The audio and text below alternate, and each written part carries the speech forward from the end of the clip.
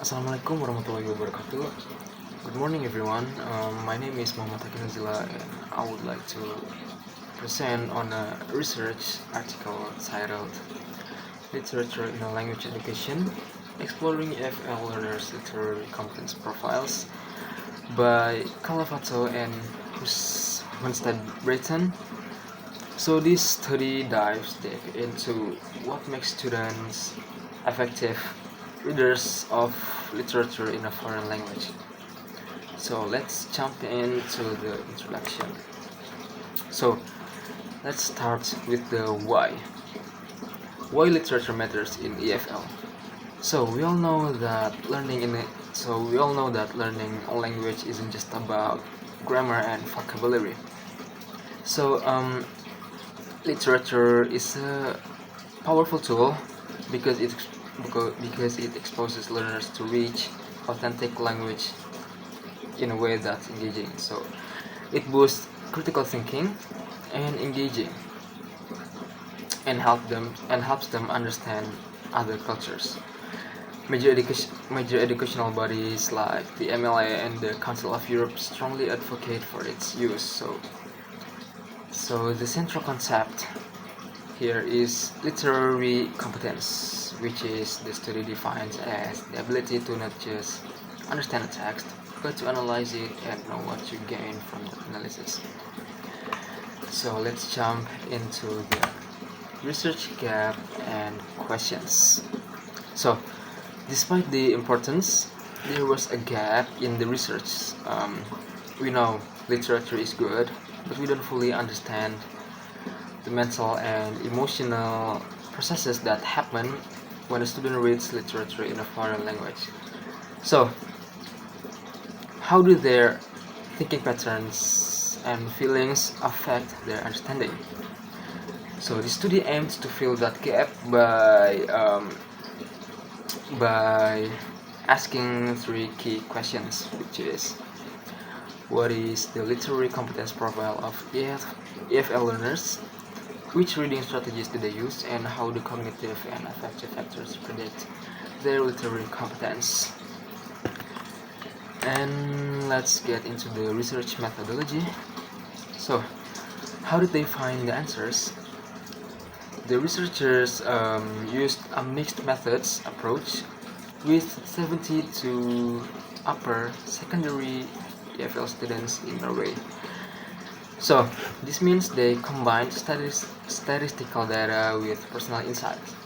So the key activity was the cooperative argumentative dialogue, or CAD, where students discussed short stories in groups. They also used surveys to measure their thinking styles and interviews to get their personal reflections. This multi-angle approach gives us a very comprehensive view of what was happening. And let's get into the literary competence profile. So, now onto the first big finding. So, the researchers broke down literary competence into four parts. So, what they discovered was a clear pattern. So, students were much better at interpreting the overall meaning and connecting with characters on an emotional level. However, they struggled. Uh, they they struggled significantly when it came to analyzing the author's style. Things like symbolism or word choice and understanding the deeper cultural context within the stories. So, in short, they were good at feeling and interpreting, but not as strong at analyzing the craft and culture. And on to the next slide, which is reading strategies used. So let's look at their reading habits. The students reported using problem-solving strategies like rereading difficult parts the most. So they used global strategies like skimming for the main idea, a moderate amount, and they use support strategies like taking notes or using a dictionary. The list now, here's the critical and surprising insights. The study found that relying heavily on those popular problem solving and global strategies was actually linked to lower literary competence scores. So the strategies they used most were the least effective for deep literary understanding. So what does work? So what predicts literary competence? Okay. So the statistical analysis revealed a clear set of positive and negative predictors.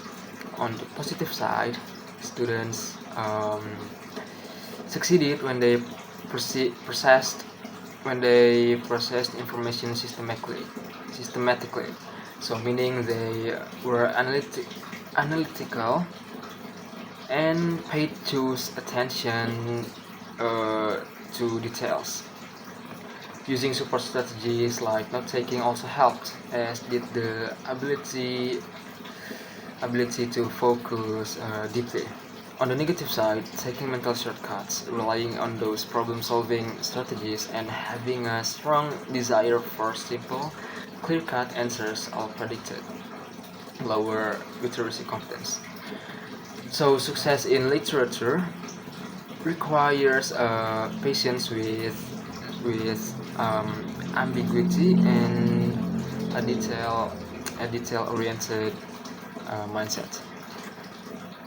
So let's get into the student's perspective. So the numbers tell one story, but the student's own words bring it to life. In interviews, one of the students said, "It made me look closer at the text and look for like symbols and stuff." So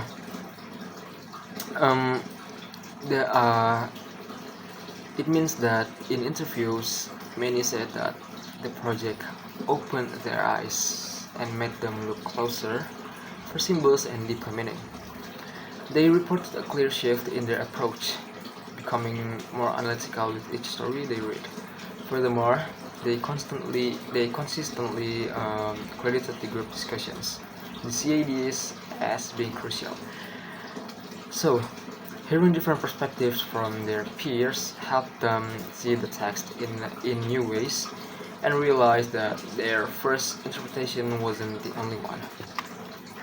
So, let's jump into the conclusion and practical implications for teachers. So,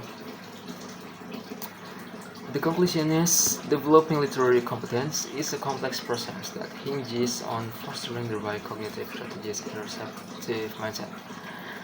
So it means that it's not just about reading the text, but how we read it. And we will jump into the recommendations. So first, we need to deliberately teach the skills students lack, like analyzing literary style and cultural context. And second, we should guide students away from quick guesses and toward systematic analytical thinking. Third, we must encourage and validate the use of support strategies like note-taking. Fourth, collaborative discussions are incredibly powerful tools for developing these skills.